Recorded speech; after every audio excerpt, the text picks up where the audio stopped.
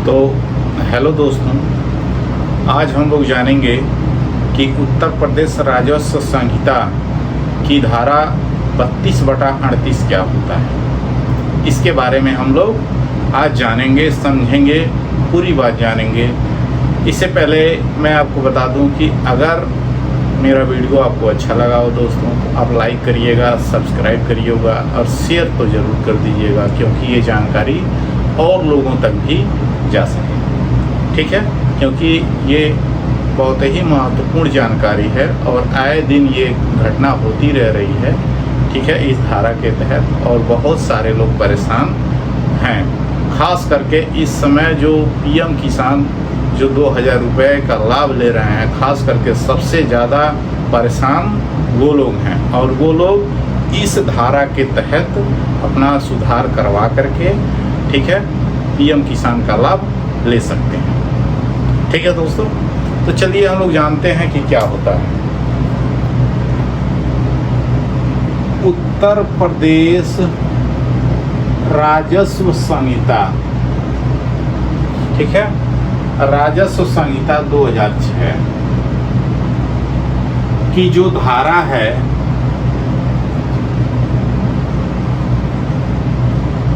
धारा है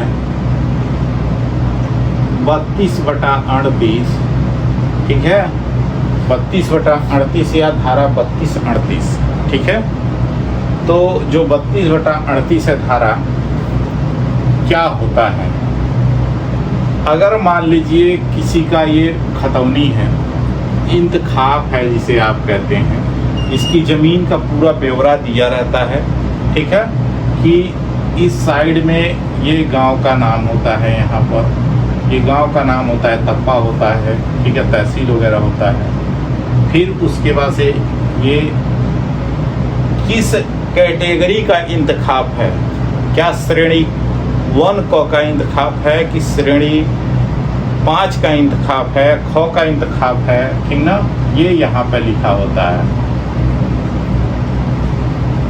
श्रेणी 1 क और श्रेणी 1 क ही इंतखाब ऐसा होता है, ये ज़मीन ऐसी होती है। ये श्रेणी 1 क ये बताता है कि जो आपकी यह ज़मीन है, ठीक ना, यहाँ से ये गाटा संख्या होता है, यहाँ पर ये गाटा नंबर होता है, ठीक है। तो यहाँ पे सपोज करिए गाटा नंबर आपका 34 है, यहाँ पे खातेदारों का, जितने भी खातेदार होते हैं सबका नाम होता है, ठीक। तो यहाँ पे जैसे सपोज करिए कि राम हो गया, श्याम हो गया,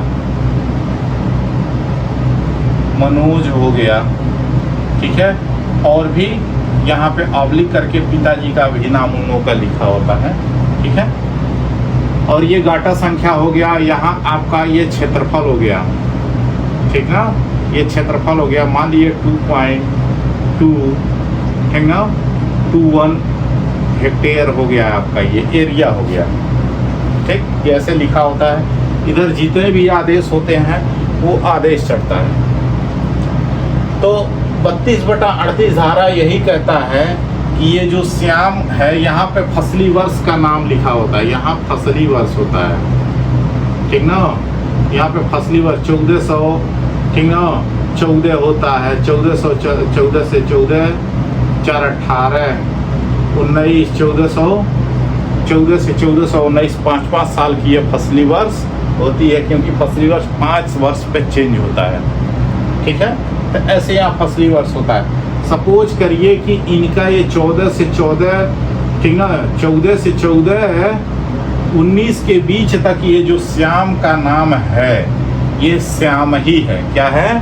श्याम ही है।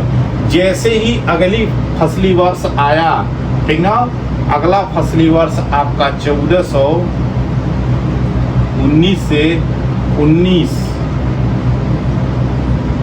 20, 4 24, अगला जो फसली वर्ष आपका है 19/5/24, ठीक ना, अगला जो फसली वर्ष है 1419 से 1424 के बीच में ये जो श्याम का नाम है, अभी तक तो ये सही था श्याम का नाम, ठीक है, लेकिन अब क्या हुआ है, श्याम का नाम होकर के आधा सौ है यहाँ पर ना, ठीक ना। ये पूरा सौ या म जब फसली वर्ष चेंज हुआ तो इस फसली वर्ष में इनका नाम श्याम हो गया। क्या हो गया? श्याम से श्याम हो गया।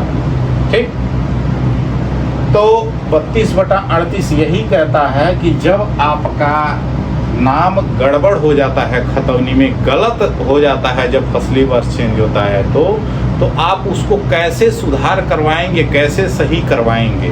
ठीक है, तो इसी धारा के तहत आप ये नाम, जैसे ये अभी तक तो बताए हैं, यहाँ तक तो सही था, लेकिन इसके बाद इस फसली वर्ष में आपका नाम गलत हो गया और आगे भी गलत चलता चला आ रहा है फसली वर्ष तक।